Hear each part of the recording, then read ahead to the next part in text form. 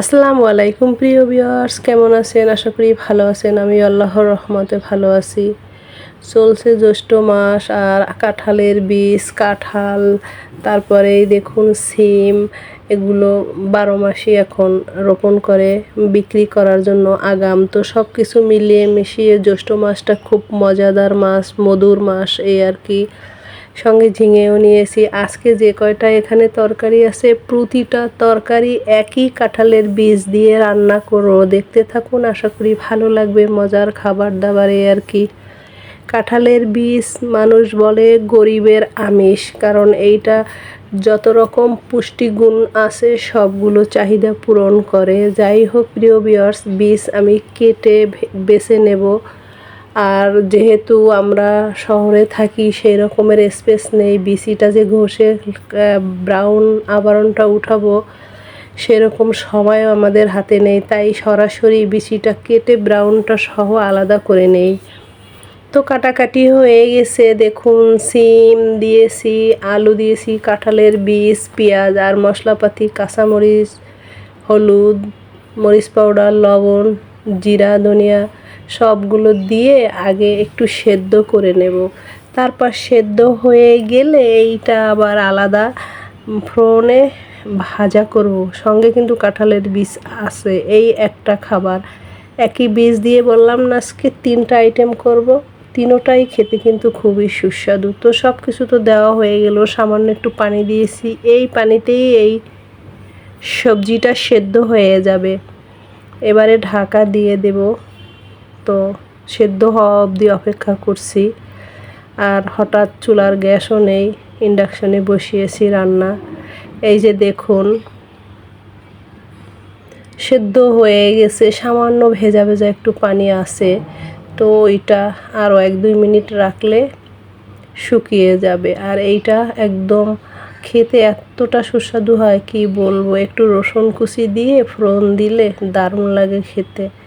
যেহেতু কোরবানি গেছে সবারই গোশ খেয়ে মুখের অবস্থা 12টা, তো এই অবস্থায় যদি এরকমের ভাজাভাজি হয় তাহলে কিন্তু খেতে খুবই ভালো লাগে, তৃপ্তি সহকারে খাওয়া যায়। জানি না কার কেমন পছন্দ সিম ভাজি বীজ কাঁঠালের দিয়ে, আমার তো খুব ভালোই লাগে। যাই হোক প্রিয় ভিউয়ার্স, এবারে সেই সেদ্ধ করা সবজি উঠিয়ে নিয়েছি, নিয়ে এবার ওই একই প্যানে তেল দিয়েছি পরিমাণ মতো। এখন দিয়ে দিচ্ছি কিছুটা রসুন কুচি দিয়ে এটা একটু ব্রাউন করে ভেজে নিচ্ছি। তো দেখুন এই তো ভাজা হচ্ছে।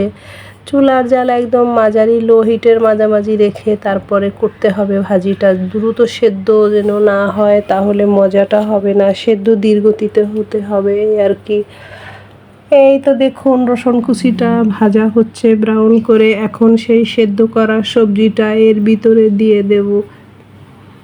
আজ 3 দিন ধরে ঢাকায় কম বেশি বৃষ্টি হইতেছে, তো বৃষ্টি হওয়াতে ওয়েদারটা ঠান্ডা হয়ে গেছে। এখন খাবার দাবার একটু খেলে ভালো লাগবে, কারণ ব্যবসা গরমে খেয়ে কোনো রকম শান্তি নেই। সব কিছু মিলিয়ে এই 3 দিন ধরে ওয়েদার আমাদের পক্ষে আছে। যাই হোক এই দেখুন সবজিটা দিয়ে দিচ্ছি, এবারে নেড়ে চেড়ে একদম একটু শুকনো শুকনো হয়ে গেলে নামিয়ে নেব। আর বললাম না বীজ দিয়ে আরও রান্না আছে, কাঁঠালের বীজ আরও অনেকগুলো ছিলে রেখেছি, সেইখান থেকে আজকে আবার একটা আমার অঞ্চলের দারুণ একটা রান্না করব। ভাজিটা তো হয়েই গেল, এর সঙ্গে বিচি দিয়া গোশের একটা আইটেম করব, ওইটা খেতেও দারুণ লাগে। কাঁঠালের বীজ আজকে সকাল থেকে রাত অবধি আমাদের এই বিচি দিয়েই খাওয়া দাওয়া চলবে। এই যে দেখুন আর একটা ডাল রান্না করতেছি। ডালের কাঁঠালের বীজ সেদ্ধ করে ডালের সঙ্গে একদম মিহি করে বেটে তারপরে ঝিঙে দিয়ে এটা দিয়ে ডাল রান্না করতেছি। এটাও কিন্তু দারুণ খেতে। এখন একটু ঝিঙেটা হয়ে গেলে ধনেপাতা দিয়ে নামিয়ে নেব। কাঁঠালের বীজের ডাল, জানি না এটাও আপনারা কেউ খান কি না।